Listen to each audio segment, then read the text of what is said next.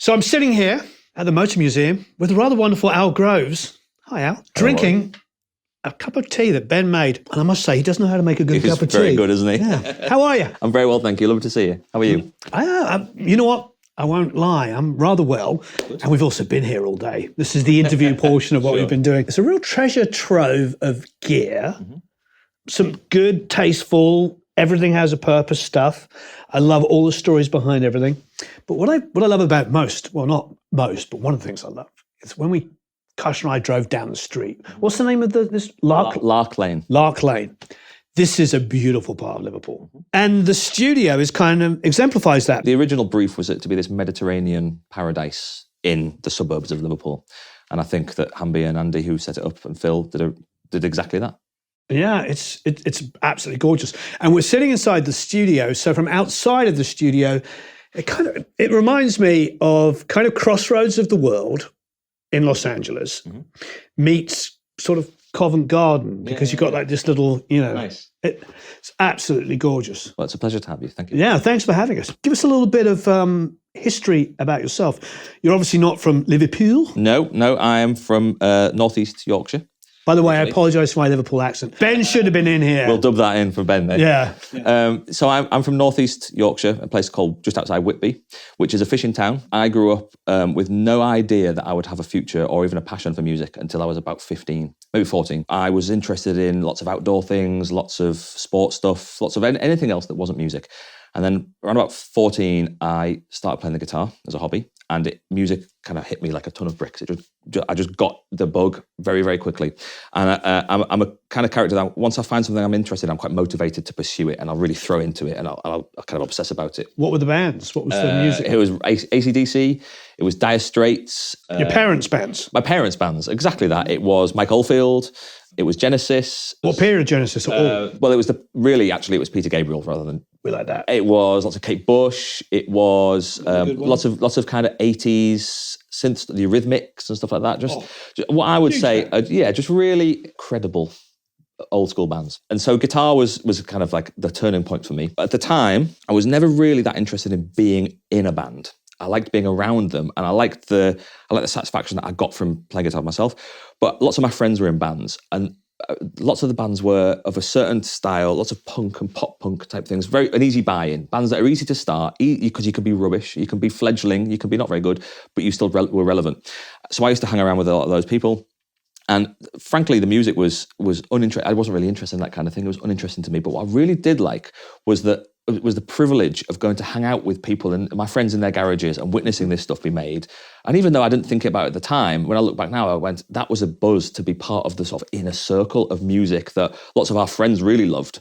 And I wasn't really that bothered about it, but I liked being on the inside of that. I relate to that. I like the privilege of it. I like the escapism. Yeah, well, absolutely. Because when you were like rehearsing with the band, you could be the Beatles. This is exactly it. You could be Queen. This could be. Yeah. You just felt like there was this camaraderie. No judgment. Yeah. And actually, interestingly, in that world, everyone supported everybody else. So if me and some guitarist friends, we wouldn't really, judge each other for how good or bad we weren't. We would share licks, or we would share encouragement and stuff. We were just nice friends, I think. And I started to take an interest in how the band was sounding, and I didn't know what I was doing. I didn't know what it was, but I liked it when I would sit in a certain spot in the room, in the garage or wherever we were, and I'd pick the spot where I could hear the bass the best, or I could hear the thing. That was my very early days of recognizing, I think, sound. And gradually bands would ask me can you just turn us up on the thing, or can you just help my amp sound a bit better, or if I'm playing here, can you do the mid thing? Because we didn't know what we were doing with amps, so can you turn that one, turn that one, turn that one? And gradually I sort of became the friend who enjoyed, let me just tinker a bit, and does it sound better now? Oh yeah, I think that sounds better. Okay, what happens if we do that on the drum? Does that sound better? And then someone else would say to me, Al, such and such band, Graham said you helped him do this, come and help us do that. And I became fascinated and really inspired by the sound of bands and that energy that would come off people playing, and being in the room with it, being able to walk around and going, oh, it's exciting. I'm getting to hear music, whether or not I like it. Maybe there will be a band who I really love in a minute, but I'm getting to hear music before everyone else hears it. And that's a real privilege and something I felt quite kind of a buzz from. So then I was studying in college at the time. I wasn't doing any music education, and right at the last minute, I decided that I was set to do a computing degree, because that's kind of what we were at the time. It was a big industry. all my friends were doing it. I didn't really think that hard about it. It was just, I wasn't ready to leave education. I didn't want to be an adult yet. Go to university. You can do IT. Go and do some IT. You got into music. Don't ever have to be an adult. Well, yeah, as I know. So there wasn't really a great deal of thought until about 2 weeks before we had to leave and exams, whatever. I remember thinking, I wonder if you can study music production, like sound engineering. At the same school? No, well, I knew you couldn't do it there, but it was for a university. Is that still a thing, or is that long gone? And I remember watching a DVD, and it was a DVD of, I think it may be an AC/DC, or it was a behind the scenes in studio section of a live DVD with this great rock band who I loved, and it showed them making the record. And it was only about 10 minutes of footage, and they were there in something like Avatar Studio. I want to do that. That's exactly what it was. And I saw the band. And I was like, wow, that's cool. That's what I was doing in the garage, but that's at a real level. I wonder where you find that. And then I saw whoever, I forget who was producing, but whoever was producing, and there was a little thing about and how that person was interacting with the band. I remember thinking, oh, wow, that looks like a great place to spend your time. That looks fun, and it looks privileged. It looks like people demand you, you're respected. And I would love to be seen like that. I'd be satisfied with that. So I went to the careers advisor at the school and I explained what I'd found. And she said, we have it was called the UCAS book. And it was basically the big book, the Bible of universities with all the different courses. This is before it was an online thing, all the different courses. And she said, there are 3 that do sound engineering. Is that what you're thinking? I said, maybe, it sounds about right. One was in Loughborough, one was in Liverpool, ironically, and one was in London. And she said, have you got maths A level? No. Did you do physics A level? No. Did you do music A level? Definitely not. Well, okay, no problem. As you could see, I was a bit disheartened. I said, don't worry. What we can do is we can re-enroll you into college. You're going to stay back for 2 years. You're going to do some extra GCSEs to get you into the music course. Then you're going to do music A level. And then at the same time, you're going to do physics. And I was like, whoa. How long? 2 years. I was like, but all my friends are going in 2 weeks. And I don't want to be I don't want to be left behind. I'm kind of ready to go. So I said, don't worry. I'm not that set on it. I'll figure out a way. I'll just kind of go with the flow. So didn't really think twice about it. Moved to Liverpool. Started this IT degree, and within maybe a week, realised I didn't like IT. It wasn't what I imagined it would be. I didn't like IT. I didn't like academia anymore. So I didn't really want to go through a syllabus and someone else telling me things. And I also realised that because of that, I wasn't putting any effort in. I wasn't interested in the subject. I wasn't inspired. So it was a bit of a shock. And a rug pulled from beneath you. My life might be quite boring, actually, my professional life, and that wouldn't make me very happy. So a bit of a panic. Although in IT, you may have made more money. I would have made significantly more money. But I would have been unhappy and not very good at it. So fast forward, and maybe another week, and I happened, through complete circumstance, but happened to be introduced to a guy who became a good friend who was a guitar player in bands in Merseyside, and he was a little bit older than me. And I think I bought an amp off him when I was in university in the accommodation. And he sold me an amp that I could play up there. And we just got talking briefly, and he started to tell me about a few gig venues I should go to in Liverpool and just a few tips. You'll like it here, try this place. So I went to them and I met a guitar player from another band who was a mutual friend. And he kind of introduced me to some more bands. And one of the people in those bands happened to be studying at LIPA, which is the Liverpool Institute for Performing Arts, which is the quite well-renowned, well-known, of course. Yes, audio school. And that person was in his final year, and I was telling him about, I'm interested in this. And when he told me what he does, I was like, oh, cool, I didn't even know you could study that. And he goes, well, tell you what, if you want to just come and hang out with me on my sessions, I get to book the studio, you can kind of see it. We'll do that. So I went in there and he opened up the door, and it was like, it was literally like that. And I remember thinking, heaven's parted. You can do this. Mm-hmm. And long story short is it transpired that for me to disappear from from the IT and go into LIPA wasn't really that feasible because of the amount of time I'd have to take and the routes. But he said to me, well, tell you what, just teach yourself. Here's a great big cardboard box full of Sound on Sound magazines. Here's a USB stick with lots of resources that you can use to start teaching yourself. Yep. Multi-tracks, and here's some audio, and here's some things that you can play with of my work that no one owns. You've got Cubase already. Just start experimenting, and I'll kind of show you how the channels work, how the plugins, what they do, where to find the menus. So you started on Cubase? And I went back to my bedroom, and then gradually over time I accumulated some terrible speakers, some terrible microphones, an M audio interface, really basic hobbyist stuff. And the bug just got me like you wouldn't believe. And what it started was this incredible period of self-learning where I didn't need anyone to tell me or teach me because I was fine. So you didn't end up going to any music? No, not at all. No, I just taught myself and fumbled. I relate to that, yeah. Absolutely. Same here, yeah. I dropped out of university. I didn't complete the course. I kind of, busted around a little bit. And we're still living with all my friendship group who were students, and they rented a really large house, actually only about 100 yards from here, which was this kind of old three-floor Victorian terrace, really a posh house. Interestingly, really high ceilings and lots of very large rooms with kind of bay windows, so acoustically somewhat interesting. Yeah, sounds like a great drum room. Well, here you go. When they left for summer, I would stay behind and I would flip all the mattresses up against the walls and I would get all the XLRs I'd accumulated and I'd run them through the rooms, and I created a recording studio for about 8 weeks while all my friends went home for some holiday with their parents. And I stayed there and I would find bands in the local bars and pubs and I would invite them and say, you don't have to pay anything because I don't know what I'm doing, but if you want to come for the weekend and I'm trying to learn how to record, would you be my guinea pigs? And in return, you can keep whatever we make if it's anything valuable. And then gradually I just built a network of people and kind of got a bit of a... It resonates with me so much. This is it. Yeah. And I had no idea what I was doing, but I had a lot of heart and a lot of passion for it. Me and a close friend of mine, we opened what became the first studio, which was very DIY, very handmade, nothing like this, very, very low budget, but again, full of heart, full of purpose.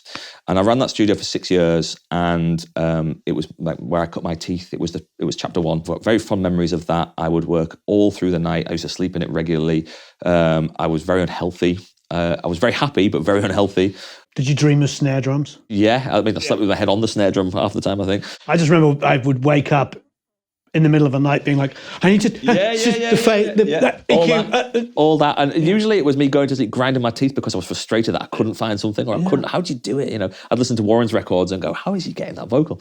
But that was like a beautiful time because I was so full of choice. I got to ask you something. You go and you'd read something with some magazine, or you go onto Gear Space, as it's now called, and everybody's always like, don't do this and don't do that and don't do this.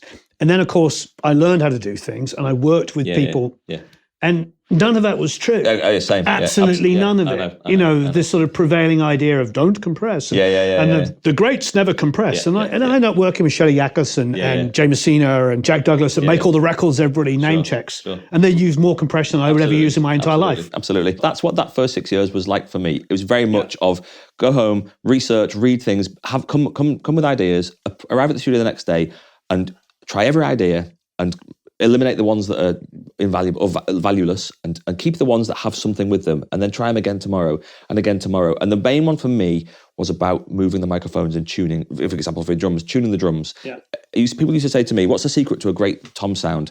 Well, it's the tom sounding great to start with. Yeah. You don't need anything else. And I used to be there with the different mics and the parallels and try this, try that. The best way to stop them sound like a cardboard box is to tune them so don't sound like a cardboard box. Precisely. And that's it. The day I had a drummer who I didn't know how to tune drums back then, but the day I had a drummer walk through the door to do some demos for someone else, for a pop artist who was an incredible session drummer, and his kit was he unpacked it and it was like, oh wow, everything is brand new. He's got that's it. And you go, how did you do that? It was easy. You just turn the thing, you do this. And he taught me how to tune drums there and then. It became a close friend. Those early lessons taught me kind of everything that sticks with me now. I like to focus on doing the basics really, really, really well. And that's all I need. Everything else is just there to facilitate. It's a good discipline. So that's how I got to kind of the bug for recording. And then it's 2012 and the lease for the Motozine becomes available. And I was kind of I needed a step anyway. I was ready to take a step. I didn't know where the step was going to come from. And it was a bit of a leap of faith. And now, where was the studio you were before? It was North Liverpool. So it was in a place in Liverpool called Sandhills. And the studio was uninventively called Sandhill Studio because it was in the area. Still going. It's now renamed to Arc. And it's a lovely studio. It's kind of a stepping stone studio. So it's one there. It's very accessible. It's very, it's just cool. It's run by a good guy. I'm happy that what I started there is doing some good things for other people. I kind of outgrew that studio by about 2010, 11.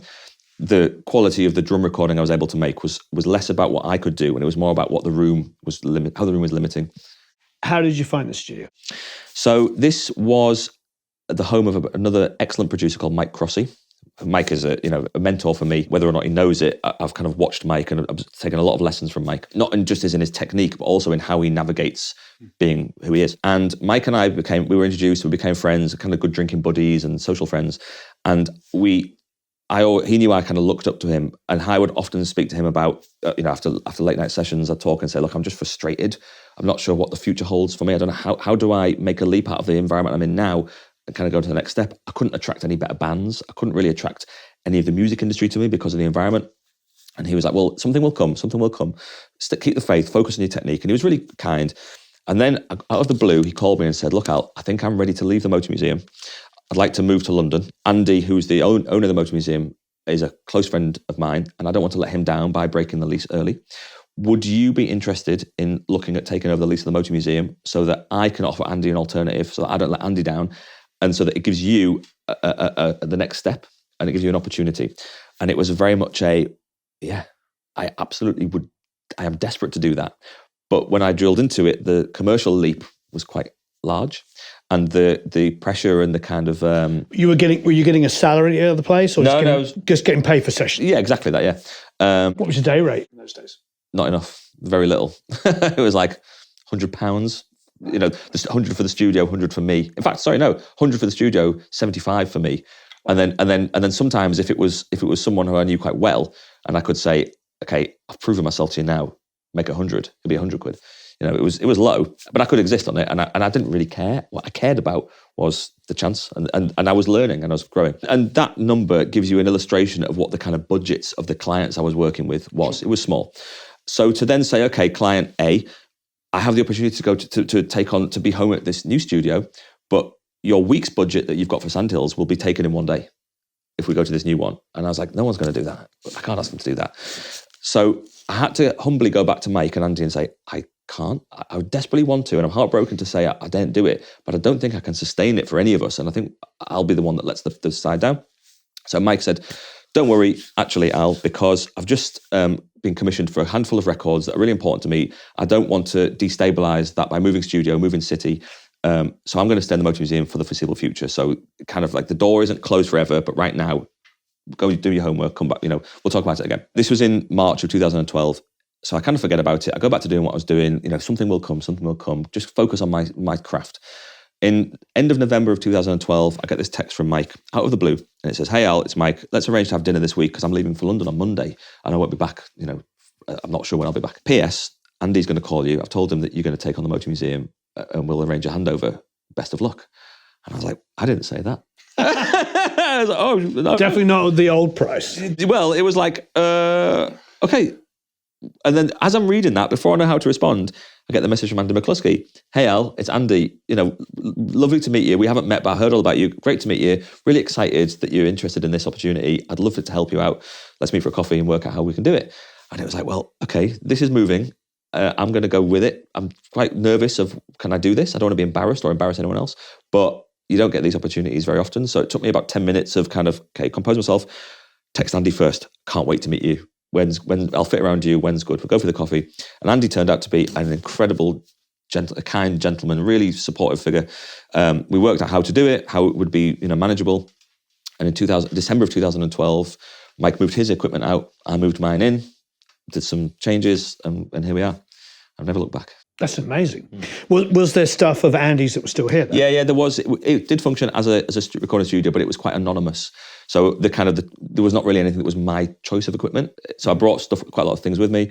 It was a good studio, but it was. Did he have a console? He had a console. He had the Neve that we discussed. The okay, that was still here. The console was his. It had some monitoring, but it was NS10s and ATCs. Quite sort of anonymous monitoring. It had some things in the rack, but nothing. Not a great deal. Enough to function, but it was. Considering how Mike left it, Mike had, racks and racks and racks of things and instruments and cupboards full of stuff. That's what made the Motor Museum its best, is when it was full of colours, full of toys. When Mike left, it was left kind of a little bit black and white. So then I went about bringing in what I had accumulated and collecting things, replenishing the toolkit again.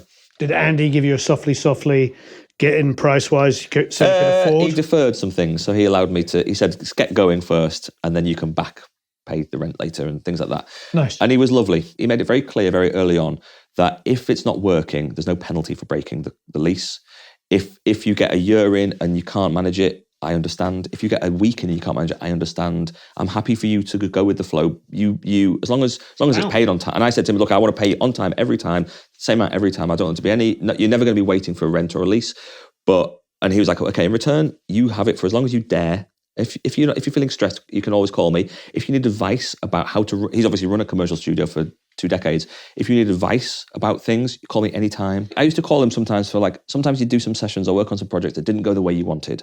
I didn't really know who to call when I needed a bit of a confidence boost. So I was like, I wonder if Andy might be a willing ear. And I'd call him and he'd come down and say, let me come to have a cup of tea with you.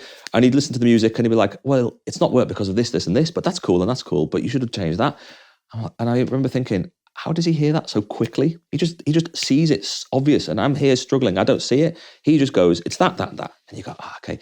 A lot of acquired knowledge at a very high level. That's exactly it. And but he was so kind and willing to share that knowledge with me at a young age. I don't know if Andy knew this, but I really lent on Andy's advice and kind of hung off the words he would give me, and would take them and I'd reflect on them and I'd think about them a lot and I'd put them into practice over time. And there he is, Mr. Keyboards, and you're Mr. Guitars. He hates guitars. He's allergic to them. And whenever he'd walk in, I'd have a guitar, you could see, he'd be like, whoa, put that down before I can sit down, type of thing.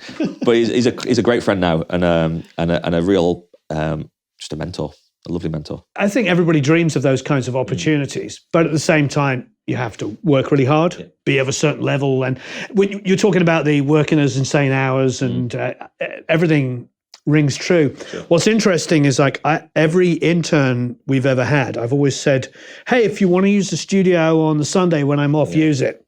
A whopping one of them did. Yeah, absolutely. Yeah. Out of the 85 different interns we've had, maybe more. I mean, I'm not joking.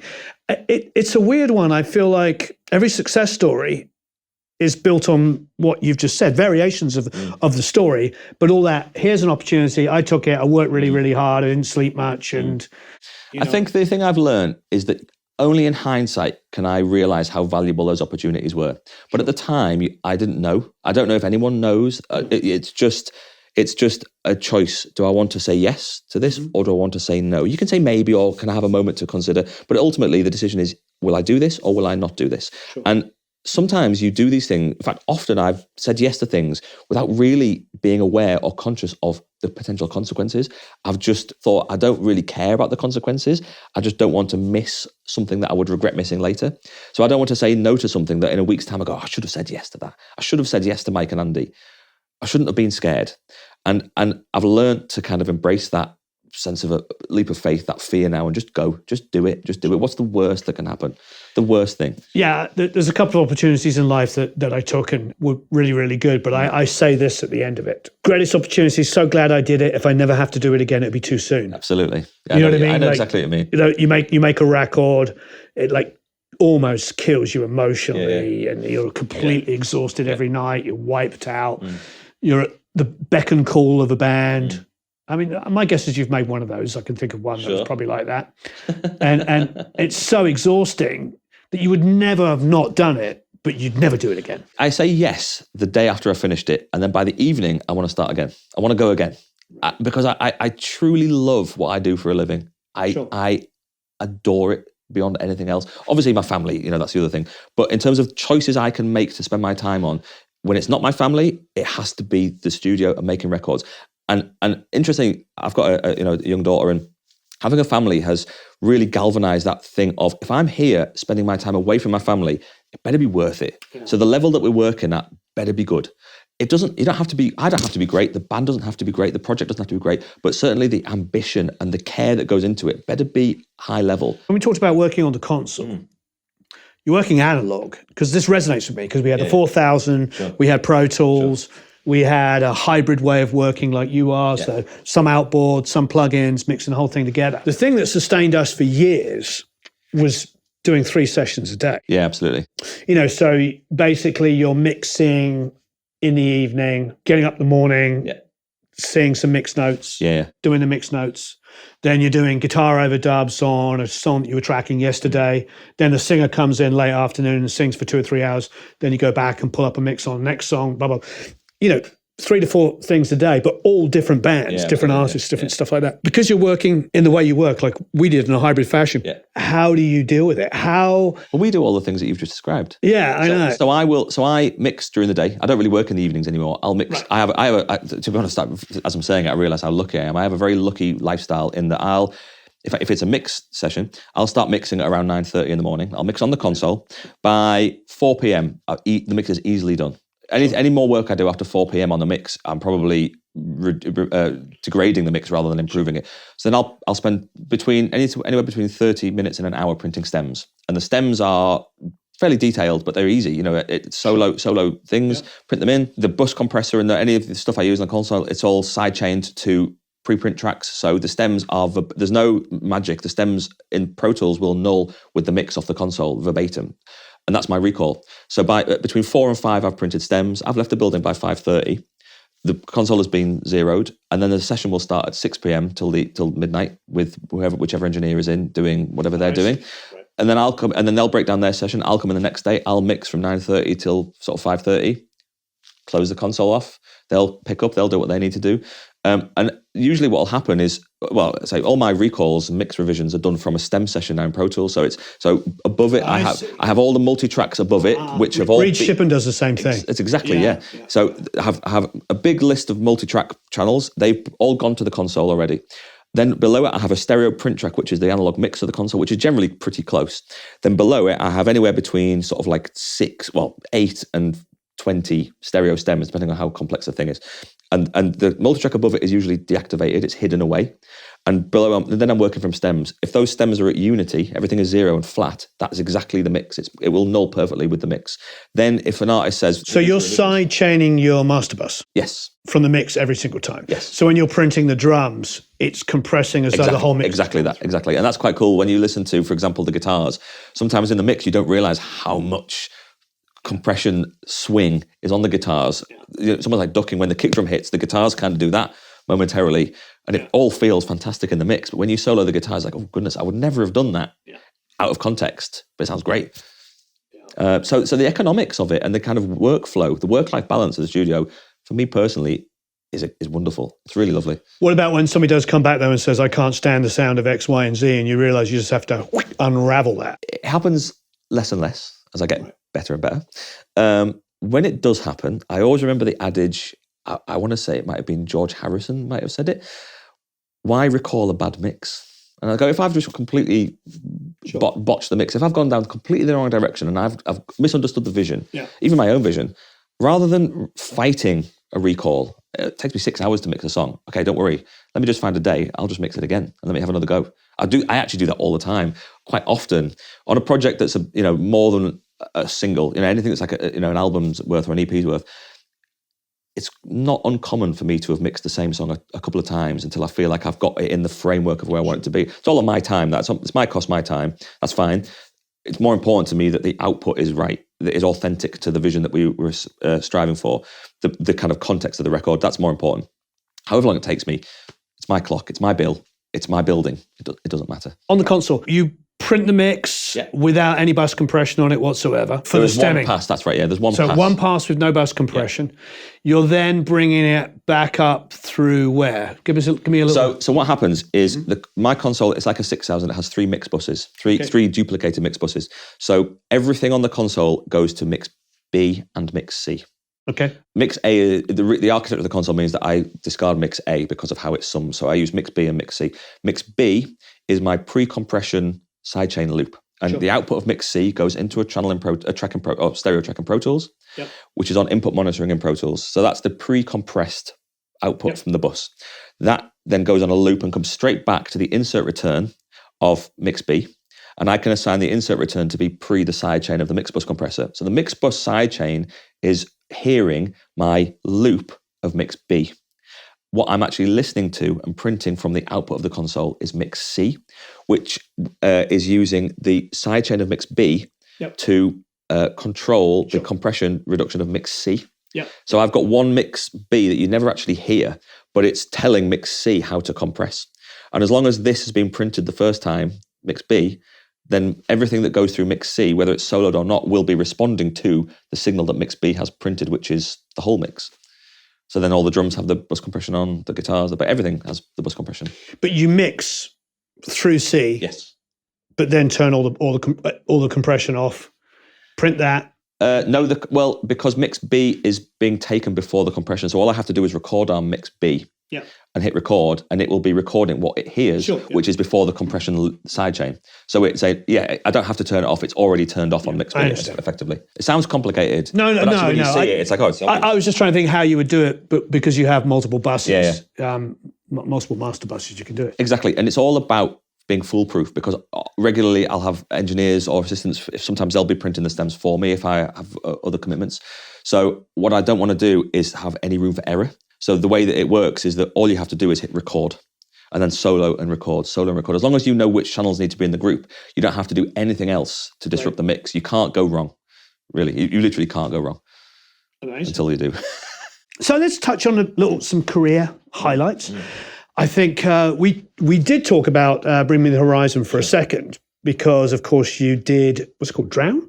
Drown was the first single. Yeah. That was like their first UK top 40 single. It was. Yeah? Yeah, that was done in here. That was done here. Drown was, much like the Motor Museum opportunity, Drown was one of those where I was in the Motor Museum now, and I was kind of still a mix of engineering, house engineering, and producing. It was my studio, so it was kind of like, I'm involved in most of the sessions, endeavouring on my own production career as well, but wasn't really ready to relinquish production completely, but wanted to. We got a call from a company who used to help me manage the Motor Museum, called Moloko. And Moloko would be an interface between the London A&R departments and the recording studios. And I got an email through saying, we've got a client from Sony looking for a studio outside of London. It's got to be great for rock.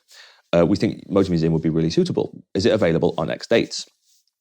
Had no more details. So I emailed back, yeah, it is available. I can make it available if you like. And I'm always curious, who's the band? Is it someone I'd like? Just out of passion and curiosity.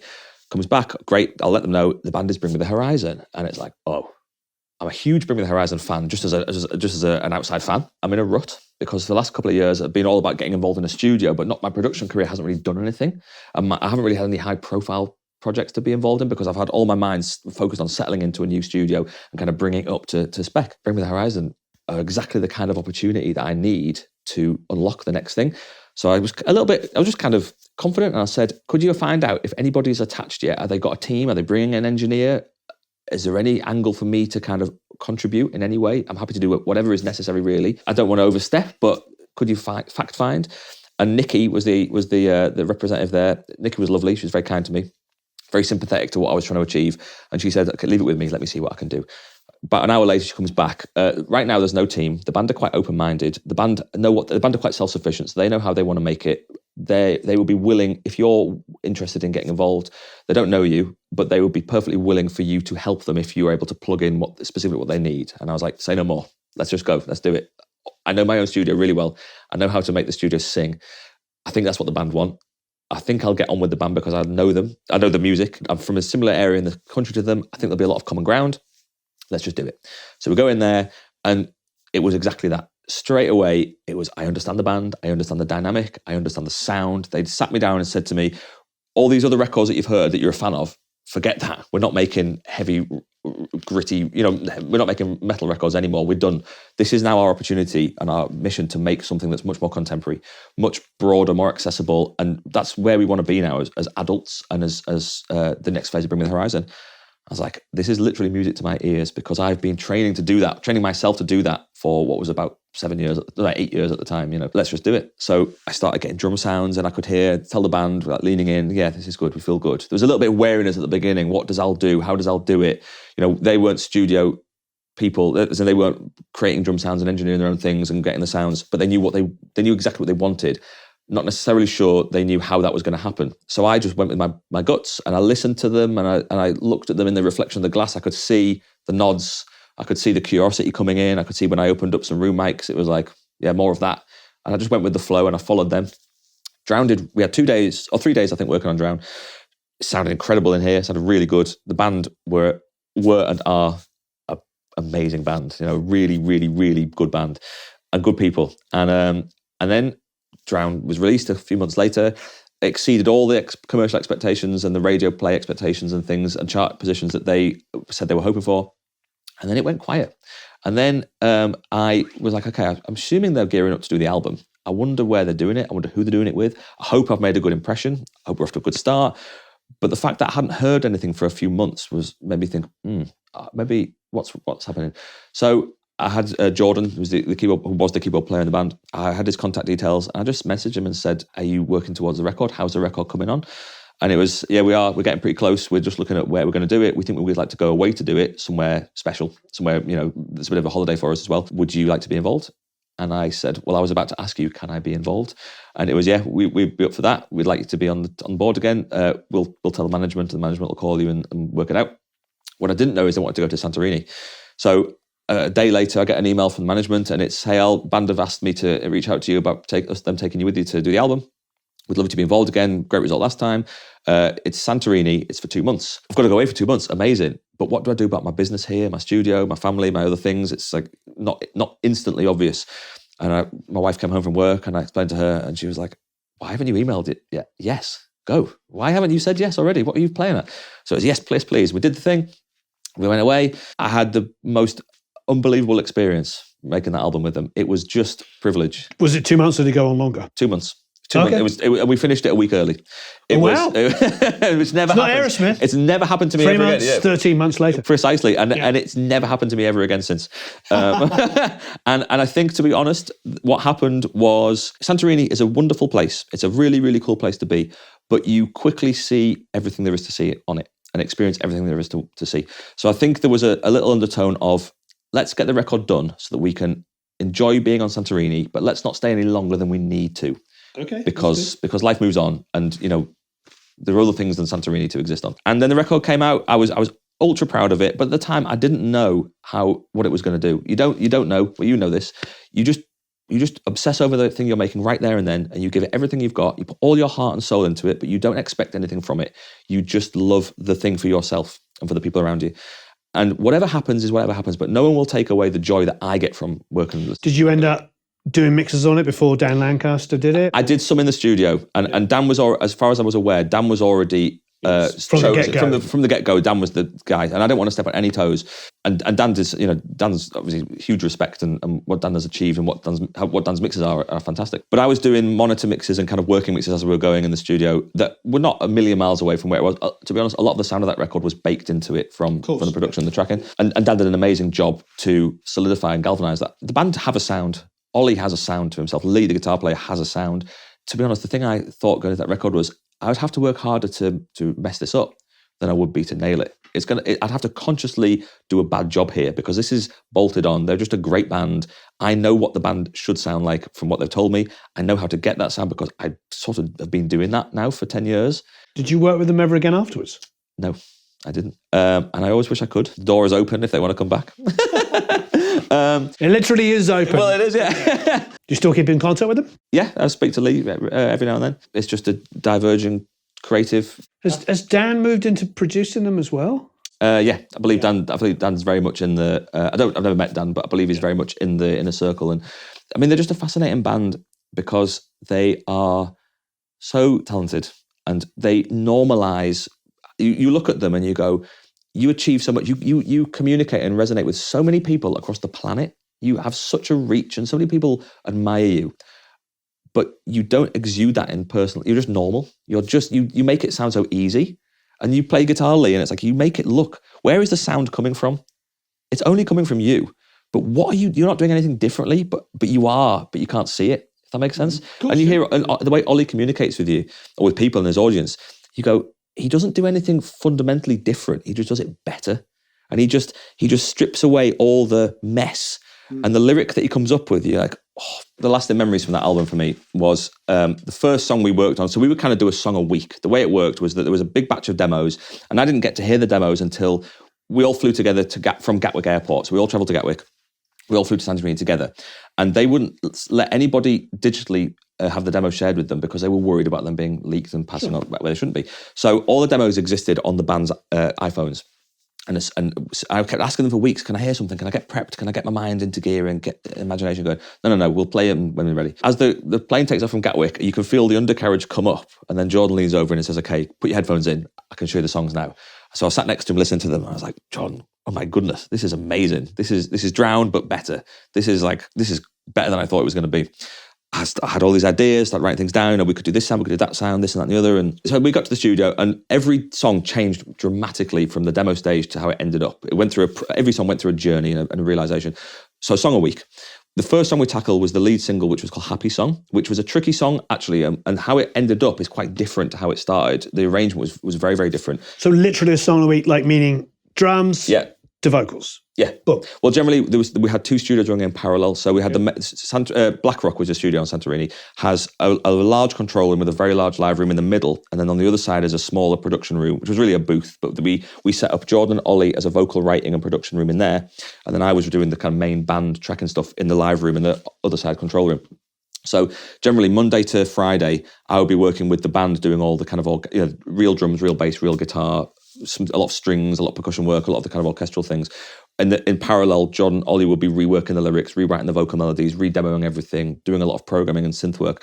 And then actually what would happen is a lot of the vocals that Jordan and Ollie did were so good and were so sort of profound. I was like, well, they're the vocals. There's no need to redo them. You are doing the vocals now. So we quickly kind of realised that. So we're kind of working on the record from two sides in parallel. It's almost like a bit of a race.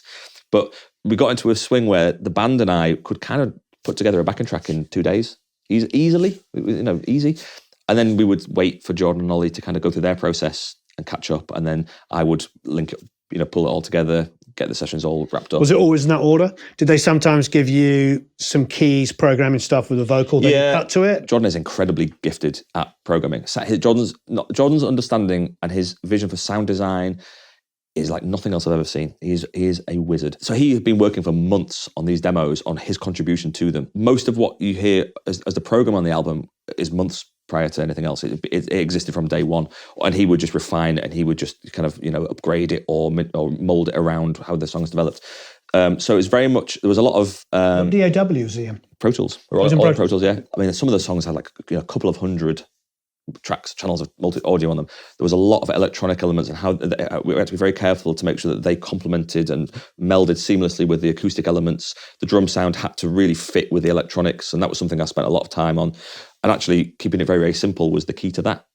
Keeping it very raw and neutral, natural. But yeah, the takeaway for me was when we work on Happy Song, we came to a point where we'd messed around with the arrangement so many times. The ending was kind of left unattended to. And I kind of do that all the time in production work. It doesn't faze me at all. You're constantly chopping and moving around. But we kind of ran out of options, and it was kind of like, nothing's really working here. And Ollie, the band were at the back of the room, and I was running Pro Tools at the front. And Ollie, if I recall now, he said, what if you did this? The way he said it was, you could just see on his face, he knew exactly how it was going to end up before he'd even heard how it was going to be. He just visualized the ending of that song, which was the pinnacle moment. He visualized it straight away in his mind. The whole picture became clear. You could literally see it as he was saying it to you, and you're like, okay, I've no idea what's coming next, but I just trust Ollie. And that's his genius. He says something and you just go, I just trust what he says. It's just right. And lo and behold, it's right. And when it's not, he will go away and come back 10 minutes later with the right answer. If it's a lyric thing or whatever, he pushes himself incredibly well. So you and I earlier were talking about what is a producer these days? And it's this, I've always used this analogy, even years ago I'd say this, that a producer is like a director. Yeah. You've got Tim Burton, who very famously has said he wouldn't know a good script if it hit him in the side of the head. Sure. But you watch a Tim Burton movie and it is the most beautiful thing you've ever seen. Yeah. He just knows how to visually bring a script to life. But Kenneth Branagh, of course, is an actor's actor. And when he's directing something, the performances are unbelievable. And he could probably direct something in this room, in this corner, and it'd still be a compelling movie. Sure. And I think that's what producers are like. Some producers are musicians through and through and draw out performances and all this kind of stuff. And then other producers that I've worked with that are equally as great know how to capture something and know when it's great. Absolutely. They don't necessarily have to bring it out. Yeah. They're just more like, oh, I want that. Ken Scott's like that. When we interviewed him, you could tell he just knew when something was brilliant. Yeah. It's pretty consistent in everything he's recorded. What I think a producer is someone who is willing to be completely honest, with no filter and no extra skin in the game other than just pure love for the music that they're doing, admiration for the artist, and just honesty. That's, to me, what a producer is. I will say, of all the different artists I've worked with, the Bring Me the Horizons, the Stones, the Crawlers, Sherlocks, Kokomo, all these fantastic artists, they all span quite different life experiences. Bring Me the Horizon, for example, incredibly established, very successful, progressive leaders in their field, visionaries. all the other bands are as well, but they all come from different kind of strands of life. They all have different objectives. They all have different challenges. The common ground is they find people who they trust and who will tell them the honest truths without trying to manipulate anything. They just are open about how they feel. And I say to people, to artists I work with, I always say, treat me as your most exuberant fan. Treat me as if I am your number one fan for life. You will never play anything in front of me that I will not instantly fall in love with and want to cheerlead to the rest of the world for you.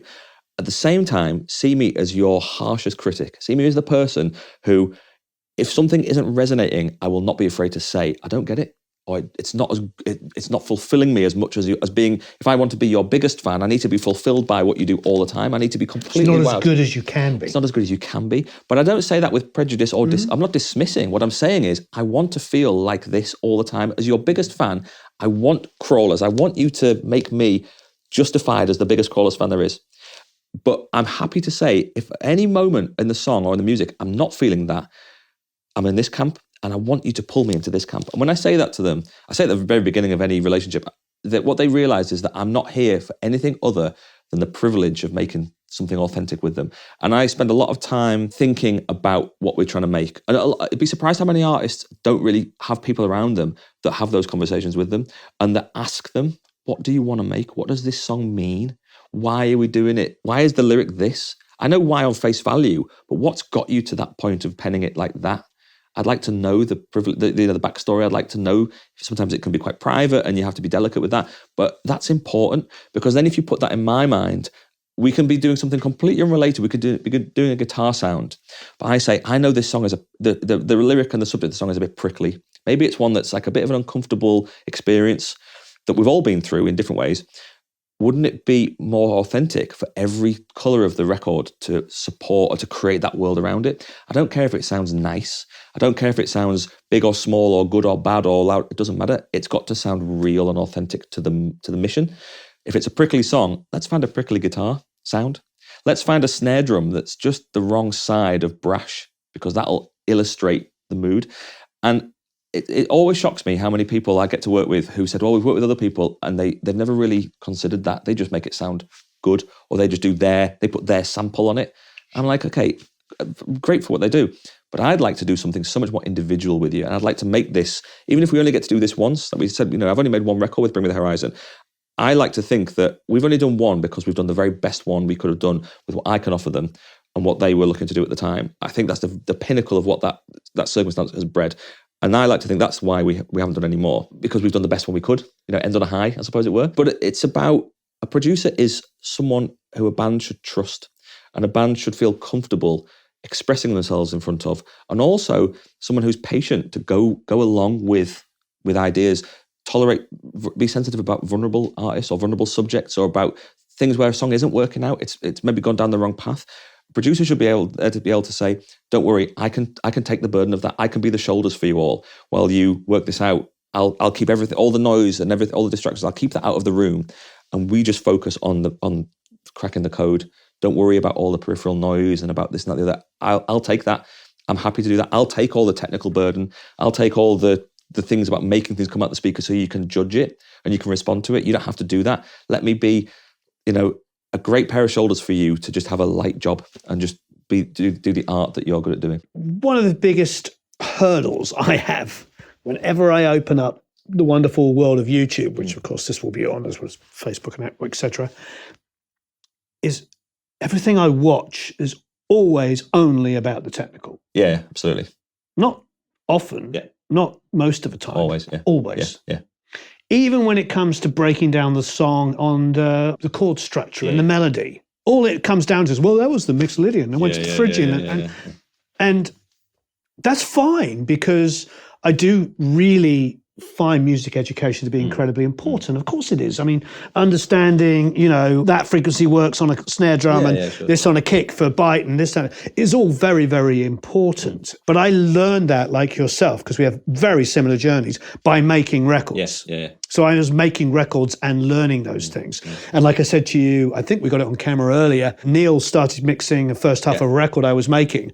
I was like, oh, he's done something with my mid-range, which is quite nice, and made it a little bit more American than this British guy does. And I look over on the SSL and he's just taken like 2K and ducked a bit out of my guitar sound. Nice. And I went back to my SSL, ducked it out of that, and I was like, oh. Yeah. The way I record guitars with that EQ move now is like, Yeah, absolutely. Just subtle things. So I definitely stole things. So the technical is definitely important, don't get me wrong. And we teach the technical and all this stuff. But everything you're talking about here is what really production is. And I think we have to be responsible because we spend so much time talking about mixolydian, Phrygian, blah, blah, blah, chord substitution, this, that, and the other, all of which is great stuff to know. We talk so much about boosting and cutting frequencies, all of which is important, and this compressor and that plugin and this kind of stuff. And yet everything we admire is all built around what you've just been talking about. I think so. And I think that the record makers that I admire and still continue to admire, who've influenced me and molded me in my upbringing, are all the ones that are very basic in their approach. There's very little written about them. There's very little kind of... They also don't remember much. Well, when I asked Ken Scott about that stuff, he's like, I don't know whatever works. Exactly. You just go, well, that's it. It's instinct. Your instinct guides you. There's no plan. Or the plan is based on sensible things, but there's no kind of prerequisite thing, we must do this. There's no recipe for my snare drum. It's just a drum. And if it sounds bright, cool. If it doesn't sound bright, dark, whatever, you just respond to what you get and you make it work. To me, that's what the technical is. It's about being able to take something and make it work. It's not about having a menu of things or a kind of a list. This is my sound from 30 different processes. Cool, but what happens when you don't have those? I was always inspired by the producers and engineers and mixers the Andy Wallaces of the world. Andy mixes almost entirely with the SSL and doesn't use any external stuff. And that's exactly I've probably been very motivated by that, why I've pursued that. People like Brendan O'Brien and Jay Baumgartner and those guys who are very minimal. And that fascinates me because I say, okay, you could take Andy Wallace and you could pop him in any studio on the planet. As long as he's got some speakers and some tool, a console of some description, he will knock out an incredible mix of that thing. And when you listen to it, you go, I can tell it's Andy Wallace because there's so little, it's so minimal and it's so direct to the artist. But if I didn't know who Andy Wallace was, I would just hear the artist. I would just hear the music and the art. And I would hear the hi-hat really loud when I want to feel the groove drive. And when the chorus comes and the guitars go, whoa, and they slam up, I feel that. I'm almost not even hearing it because I'm feeling it before I'm hearing it. And it's only as I've become educated now and, more aware of what I do and how people do things, that you can kind of take a step back and listen. You go, okay, I can hear the tricks he's done because I'm looking for them.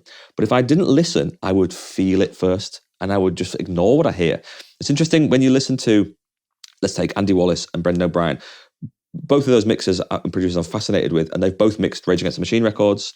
They've both mixed records of the same band in different periods. Both fundamentally quite different mixes, but both of them capture the essence of the band, the same band, absolutely perfectly. You can objectively say Andy's is such and Brendan's is such, but neither is better or worse. And neither misses the point of the other. They both get what is great about Rage Against the Machine. They both get what is great about such and this. And I think that's a different game. That's not a game of mixing to get by, I'm a mixer, so that's a game of, you're playing a different game there. You're playing a game of creating a listener's experience. And as another, I forget the mixer who said it, but he said, I remember reading it, he said, just mix it the way the audience needs to hear it. And we're like, what do you mean by that? And what he means is, if it's a great guitar band, mix the guitars really loud and don't try and be clever. Mix the guitars where they should be. Look for your audience, figure out who it is, and imagine what the audience is going to expect and just mix it like that. And when you do that, you kind of go, that's being true and authentic to the music again. That's taking the producers and mixers' ego away. And that's saying it's not mixing for me. It's not mine. Even though we've talked a lot today about things that stimulate me and that motivate me and that I'm very passionate about, ultimately, once it's left my speakers, it's not mine, it's someone else's. No, very well said.